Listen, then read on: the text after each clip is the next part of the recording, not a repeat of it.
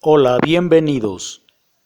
Hoy les traigo la tercera parte del libro La vida de San Francisco de Sales. Espero que la disfruten. No se les olvide suscribirse al canal, si les gusta el video, darle like y compartir. Gracias.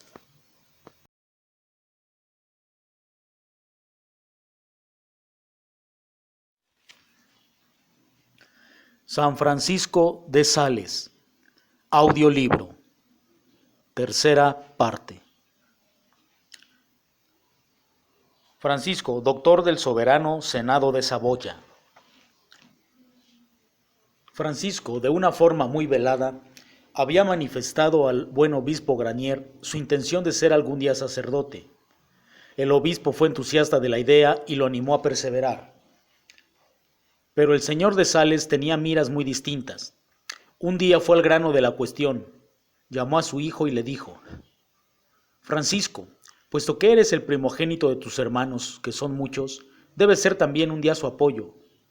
Nuestros abuelos han traído con la gracia de Dios muchos escudos y genealogías, pero ciertamente, en cuanto a rentas, no dejaron más que una casa mediana. En tu poder está añadir lo uno y lo otro. Yo sabré escoger el momento de procurarte algún cargo digno de ti. Por ahora debes ir a Chambéry para hacerte recibir como abogado del Senado. Tampoco esta vez osó Francisco revelar su proyecto, pues le asustaba el disgusto que le causaría a su padre, ya que en el siglo XVI el poder paterno era inmenso. Cuando estaba solo pensaba: ¿qué hago si mi padre insiste en sus proyectos? Quizás sería mejor esperar a que el porvenir ofreciera una ocasión para una confesión más fácil, menos imprudente. Ciertamente llegarán algunas circunstancias afortunadas. Por ahora era más prudente obedecer al padre. Fue a Chambéry y los senadores lo declararon doctor en Derecho del Soberano Senado. ¿Será verdaderamente la voz de Dios? Después de este nuevo éxito surge un incidente que preocupa a Francisco. Al salir de Chambéry, su caballo, tropezando contra un montón de tierra, lo derribó, pero sin hacerle ningún daño. Al levantarse vio que su espada, separada de su cintura, había caído en forma de cruz sobre su estuche. Todo esto sucedió por 3 veces. Francisco no quiso prestarle mucha atención. Sin embargo, quedó un poco impresionado. ¿Será que Dios le indicaba de esta manera su verdadero camino, el sacerdocio? Abrió su corazón a Daguet, cosa que no había hecho aún, porque el aire adusto del preceptor no incitaba a las confidencias. La respuesta del preceptor fue muy perpleja. Le aterraba pensando en la reacción del señor de Sales, y no quiso ofrecerse como intermediario. A la madre, la señora de Boissy, le encantó la idea de Francisco. Se acordó del voto lejano con que había consagrado a Dios su hijo. El único que podía ayudarlo era el primo de Francisco, Luis de Sales, canónigo de la catedral. Confía en mí, le dijo. Cuando vea el momento oportuno, sabré aceptar a mi tío nuestro designio. Una novia para Francisco. El señor de Sales sentía prisa por casar a su hijo. He aquí que se presenta un buen partido para situarlo. El señor de Bailly, consejero del duque de Saboya, tenía una sola hija.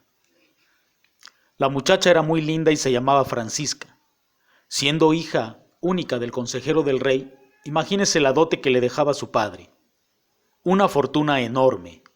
Pero lo mejor era que ella, personalmente, era todo de oro en razón de sus excelentes cualidades. Dios le había dado un cuerpo proporcionado y un rostro muy bello.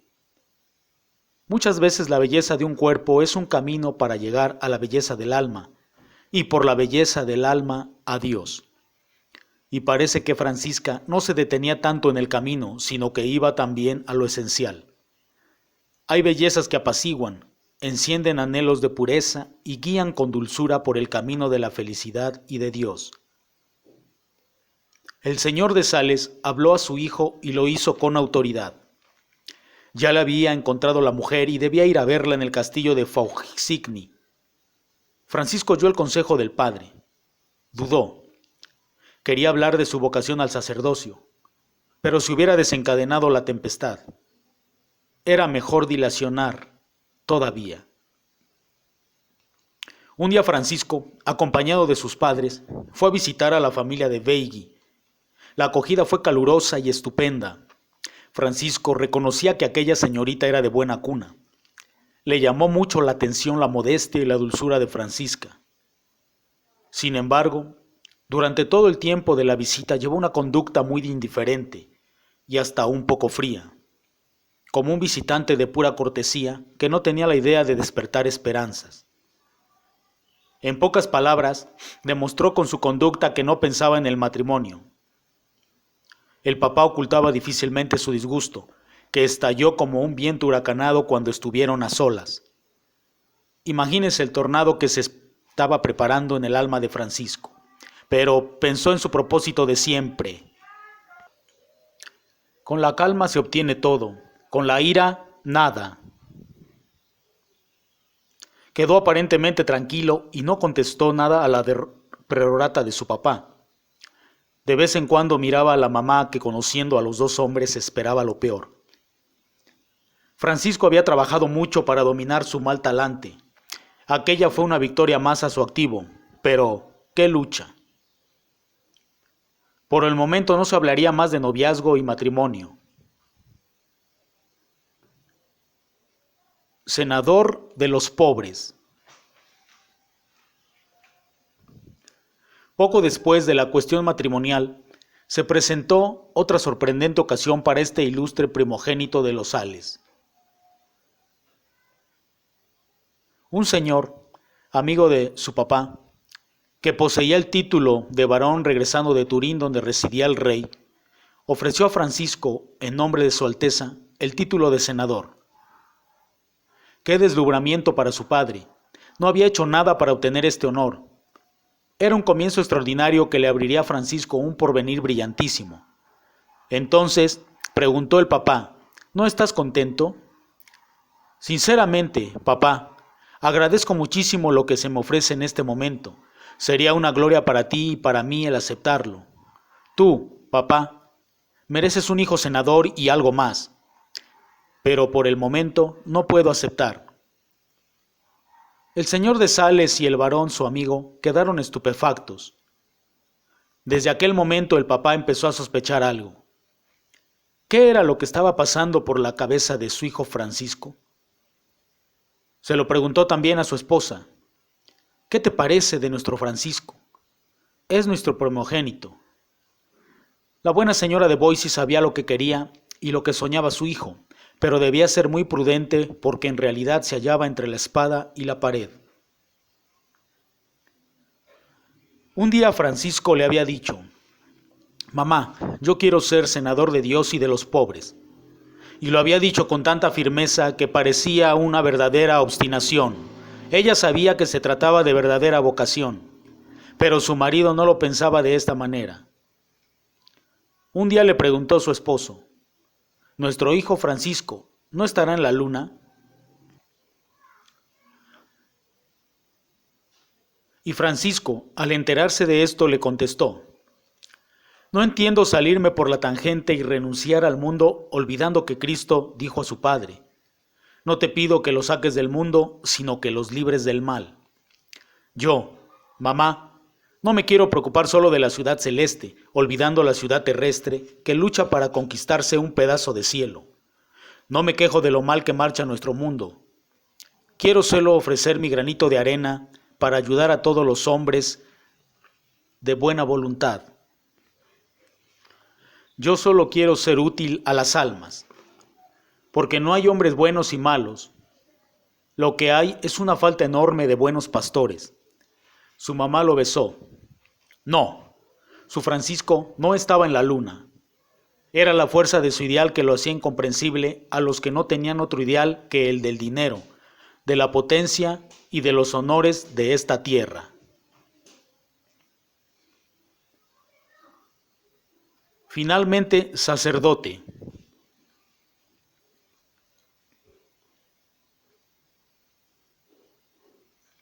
Durante el invierno del año 1593, murió el vicario capitular de Ginebra.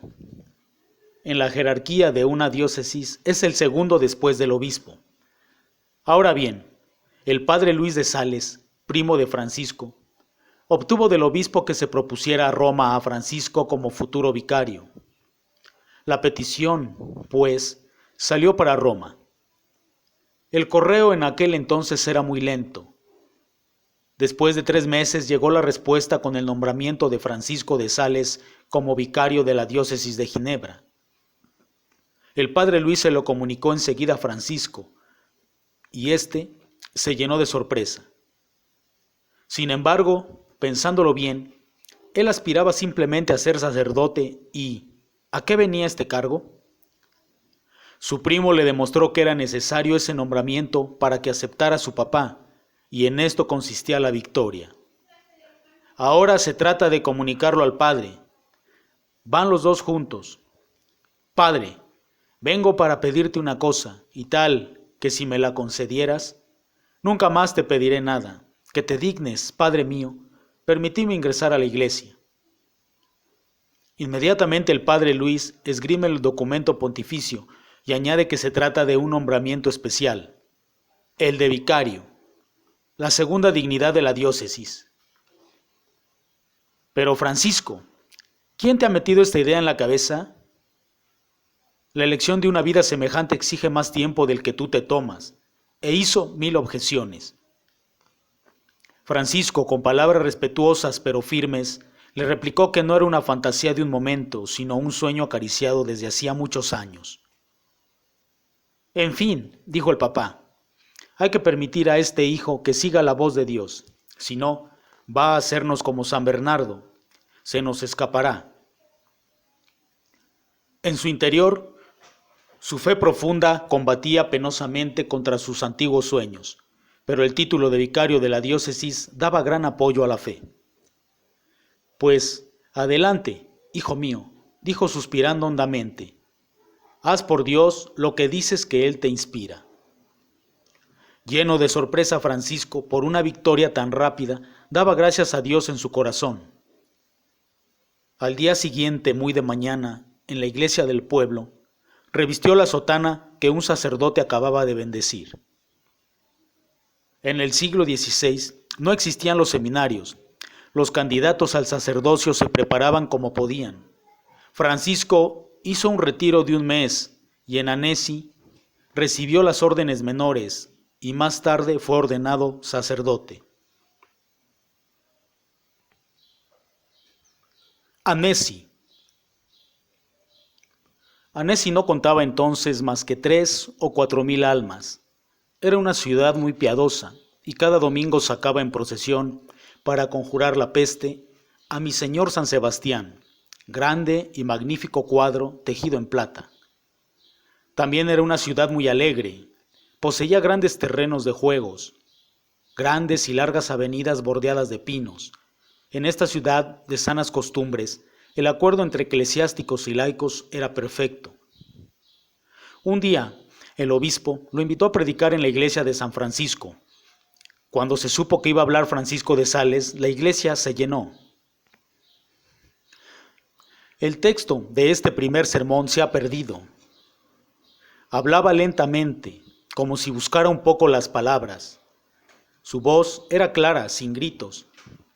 Evitaba los periodos solemnes, complicados, a la moda de aquel tiempo. Su pensamiento se adornaba con comparaciones floridas, sacadas de las Sagradas Escrituras o de la vida cotidiana. Su tono era tranquilo, sonriente, afectuoso, como el de una conversación familiar.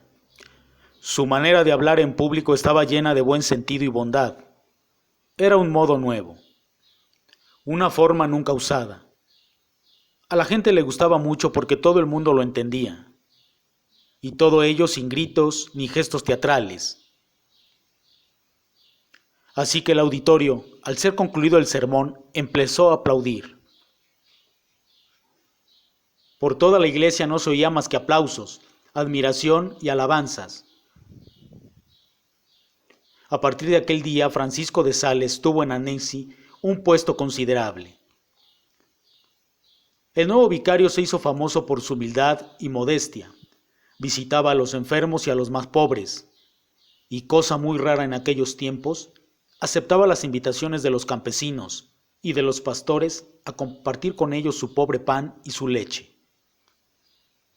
El pueblo gustaba, lo mismo que los grandes, de aquel lenguaje sencillo. Solamente el señor de Sales estaba un poco preocupado. En su opinión, su hijo Francisco hubiera extendido mejor su fama lanzando discursos altisonantes y decía: «Señor vicario, en mi tiempo los predicadores eran mucho más raros, pero también más solemnes». ¡Qué predicaciones! Sábelo Dios, eran doctos, bien estudiados, citaban más textos latinos y griegos en un sermón que tú en 10. Tú vulgarizas de tal manera ese ejercicio que ya mucha gente no tiene tanta estima de ti. Pero Francisco lo que buscaba no eran elogios, sino verdaderas conversiones. Medía los éxitos de su predicación por el número de confesiones. Confesando. La dulzura adquirida en tantos años de trabajo anterior triunfaba en el confesionario más que en ninguna otra parte. Su tono de afectuoso interés daba a todos la sensación de una amistad especial. No ponía en ello ningún artificio. Ante el pecador que lo llamaba padre y le describía sus faltas para que lo curase, Francisco veía en esta palabra algo más que una simple fórmula. Sinceramente, estaba compenetrado de la grandeza de su papel. Tomaba a sus penitentes como verdaderos hijos de Dios, aunque débiles y enfermos. Si algunos en sus confesiones se sonrojaban o dudaban, él hacía todo lo posible para disipar el miedo y la confusión, y ayudaba diestramente y sin prisa en las confesiones penosas, después de lo cual muchas veces exclamaba: «Oh, cuánto quiero a vuestra alma». A veces, con otros tipos, usaba otros procedimientos. Cierto día un hombre le confesaba infamias que enumeraba así, con desparpajo, como si contara una historia cualquiera. Pero se paró en seco al ver las mejillas de Francisco llenas de lágrimas. «¿Qué tenéis?» «Lloro», contestó Francisco, «en ver que vos no lloras». Y puso tal acento en estas palabras que aquel caballero, todo conmovido, rompió a sollozar. Obrando de esta manera, inspiraba en los fieles el amor al sacramento de la reconciliación, que era uno de los sacramentos más combatidos por los protestantes de aquel entonces, que imperversaban alrededor de la Saboya. Con los pobres. Francisco, a los sermones y a las demás tareas de su nuevo cargo, añadía las limosnas a los pobres. ¿Beneficia o justicia? ¿Beneficencia o justicia? Las dos deben de estar unidas. Francisco sabía que el primer apellido del cristiano es evidentemente la justicia. Y no podemos ignorar que frecuentemente las limosnas, las caridades, la beneficencia no son otra cosa que una manera de devolver lo que nos dio mediante la justicia. También en aquellos tiempos había muchísimos pobres. Una sociedad sin pobres, una utopía. Pero una sociedad con menos pobres, este era el programa de Francisco. En sus sermones lo subrayaba con insistencia: purificar la beneficencia, hacerla cada vez más sencilla, despojarla de toda humillación y orientarla hacia una justa promoción mediante la creación de escuelas y de todo lo que pueda elevar al pobre. Él no planteaba problemas teóricos sobre la justicia y la caridad. No era el tiempo, ni había esa sensibilidad social que existe en nuestros días. Él era un tipo más bien práctico. Inducía amablemente a todos los que podían para que practicaran el deber cristiano de ayudar al pobre. Desde cuando tomó posesión de su cargo como vicario, Francisco consideró la visita casi diaria a los pobres como uno de sus deberes especiales, cosa verdaderamente excepcional para uno que ocupara el puesto de Francisco. pequeñas incomprensiones. Si la dirección de la diócesis suscitaba algún apuro, el obispo recurría al vicario, cuya opinión seguía siempre a ojos cerrados. Este papel preponderante despertó celos. Los familiares del obispo vieron con pena que el recién llegado se convirtiera en el confidente, el consejero indispensable en el gobierno de la diócesis, y algunos de ellos se atrevieron a decirle a Monseñor que no se fiara tanto, que el vicario no hacía más que lo que a él le parecía, y a veces inclusive le censuraban malignamente a sus espaldas con palabras encubiertas. El obispo, incrédulo al principio, hubo con todo de reconocer que, con razón o sin ella, daba a aquel joven vicario una importancia enorme. Todo esto inquietó al obispo, quien manifestó su inquietud y desagradó en el cambio en su manera de tratar al vicario. Francisco, por otra parte, sufría por la frialdad de su superior y se preguntaba a qué se debía un cambio tan repentino. Pero juzgó, pues, más prudente ocultar su sorpresa, haciendo las cosas como siempre.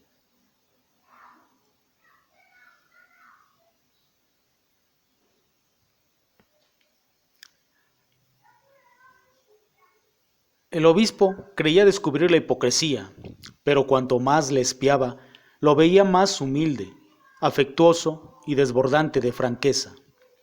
Llegó un día en que, no pudiendo contenerse más, llamó a Francisco aparte y desahogó su corazón una vez más por todas. Francisco no se turbó ni se enfureció, y esa serenidad fue para el buen obispo la mejor de las defensas. Aseguró a Francisco que le conservaría toda su confianza y que aquellos malvados iban a arrepentirse. Entonces Francisco tomó la defensa de aquellos que lo habían calumniado y lo hizo como si se tratara de sus mejores amigos. Consiguió así que todos conservaran sus empleos. Disipada esta nube, la única que hubo entre ellos, el afecto y la admiración del obispo por Francisco no tuvieron límites. Había realizado una vez más lo que se había trazado Francisco durante el retiro anterior a su ordenación sacerdotal. Si quieres influir en otro, no olvides esta regla de oro. No seas nunca destructivo, sino siempre constructivo. Comienza por amarle sinceramente. Si así no lo haces, no lograrás que adelantes un solo paso. El amor, la confianza y la admiración sincera fue el secreto de la conquista de los corazones de Francisco de Sales. Una misión difícil. La estancia del vicario en Annecy fue solo de algunos meses.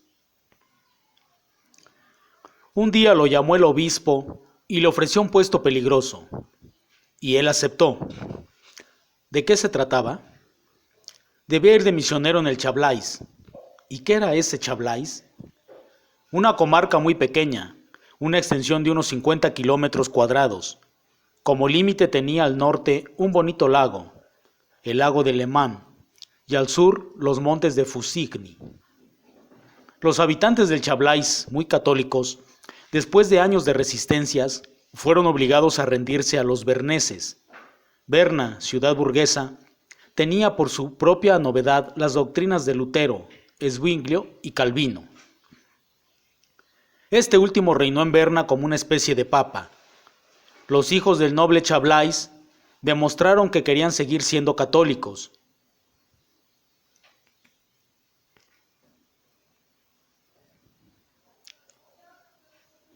Hubo revueltas y guerras fratricidas, pero la calvinista Berna hizo sentir su fuerza. Fueron cerradas las iglesias. Algunas avenidas demolidas, lo mismo que las parroquias y los conventos. A los nobles que protestaban se les confiscaban los castillos. La misa y las ceremonias papales quedaron prohibidas. Se prohibió el bautizo a los niños según el rito católico. Se impuso el estudio del catecismo de la Reforma protestante y todo el mundo fue obligado a asistir a las predicaciones de los nuevos ministros protestantes. Varios emigraron. Otros, la mayoría, se sometieron. Muchos pusieron buena cara a esta nueva religión y al cabo de una generación todo el Chablais era calvinista. Carlos Manuel, dueño nuevamente del Chablais, rogó a Monseñor de Granier que volviera a enviar sacerdotes, pues quería que todo su estado estuviera bajo la misma fe. Gran apuro para el obispo. Habían sido ya enviados 50 misioneros y todos fracasaron en su intento de reconquistar al rebelde Chablais. El obispo, frente al deseo del duque, no vio a nadie capacitado para esa tarea más que al vicario suyo. Pero, ¿qué iba a decir a sus padres? Convocó a todos los sacerdotes. Preguntó si habría voluntarios para aquella misión. Solo Francisco se puso en pie. Monseñor, si me juzgáis capaz y me lo mandáis, estoy dispuesto a obedecer e iré gustosamente. Cuando apenas lo supo el padre de Francisco, se precipitó en la casa del obispo. Le confié a mi hijo para hacer de él un sacerdote, pero no un mártir. Al fin, frente a los ruegos de Francisco, el viejo padre tuvo que ceder con profundo dolor. Misionero en el Chablais. También para el obispo fue un duro golpe la separación de su vicario, pero era una misión que había que intentar otra vez. Como compañero, Francisco tomó solamente a su primo, el padre Luis, que tenía poco más o menos su edad, y era un hombre dotado de un espíritu muy claro y de carácter dulce. Los dos misioneros pasaron 2 días orando y ayunando. En la noche del segundo, Francisco se despidió de su mamá, que lloraba mucho, pero que no dijo una sola palabra para detenerlo.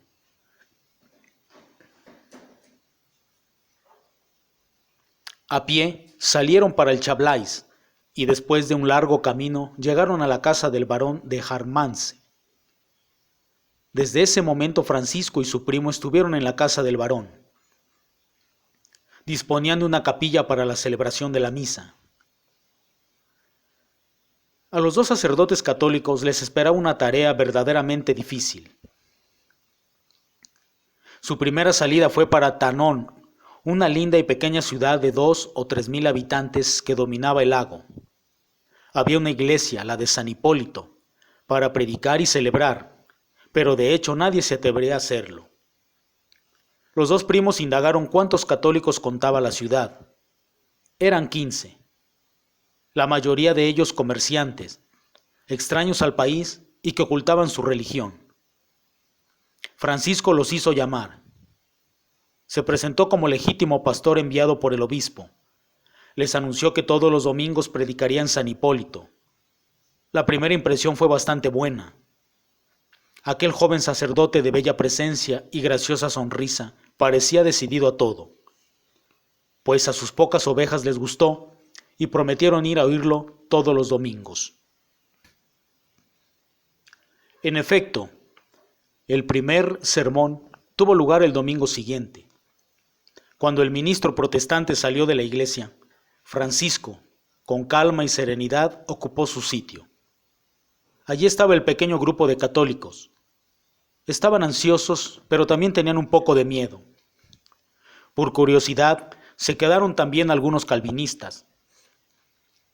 El primer sermón fue sobre la autoridad de la Iglesia y del Papa. Se ha conservado la síntesis de este sermón. El predicador, muy vivo, nunca nombró a Calvino o a Lutero. Cuando los ministros del Chablais se enteraron de esta audacia, se dieron cuenta de que aquel papista era elocuente, sutil y peligroso. Una especie de falso profeta. Alertaron a todos los calvinistas a que huyeran del sacerdote papista como el demonio. Visto que algunos calvinistas, por curiosidad, continuaban yendo a oírlo, apareció una ordenanza, muy tajante y amenazadora para todos aquellos que acudieran a oír al sacerdote católico. Entonces los habitantes de Tonón se pusieron a vomitar contra Francisco frases hirientes y ofensivas, llamándolo idólatra, falso profeta e hipócrita. En adelante Francisco y su primo iban a tener, durante largo tiempo, como solo auditorio el escaso grupito de católicos. En vano recorrían la campiña predicando en distintos pueblos unas 3 veces al día. Guerra al sacerdote papista. La religión calvinista, practicada ya desde hacía 2 generaciones, había calado en el alma de aquel pueblo. Luego los ministros inspiraban miedo. El porvenir no inspiraba confianza. Francisco no desanimaba. Todas las mañanas salían del fuerte para no regresar hasta al caer la tarde. A ellos les tocaba obrar, a Dios el darle, tarde o temprano, el éxito decisivo. Los ministros calvinistas se alarmaron ante esta obstinación. En la reunión que realizaron sacaron como conclusión que se podía hasta matar a los 2 papistas, porque estaban perturbando la tranquilidad pública. Ahora hay que tener ánimo, primo mío. Y si no tienes miedo, verás cómo hacemos mucho. Pero este rumor de muerte llegó hasta Sales, quien envió a varios criados para que trajeran inmediatamente a Francisco y a Luis. Este último fue mandado por Francisco a calmar a sus padres. Al comienzo del invierno ocurrió el primer atentado contra Francisco.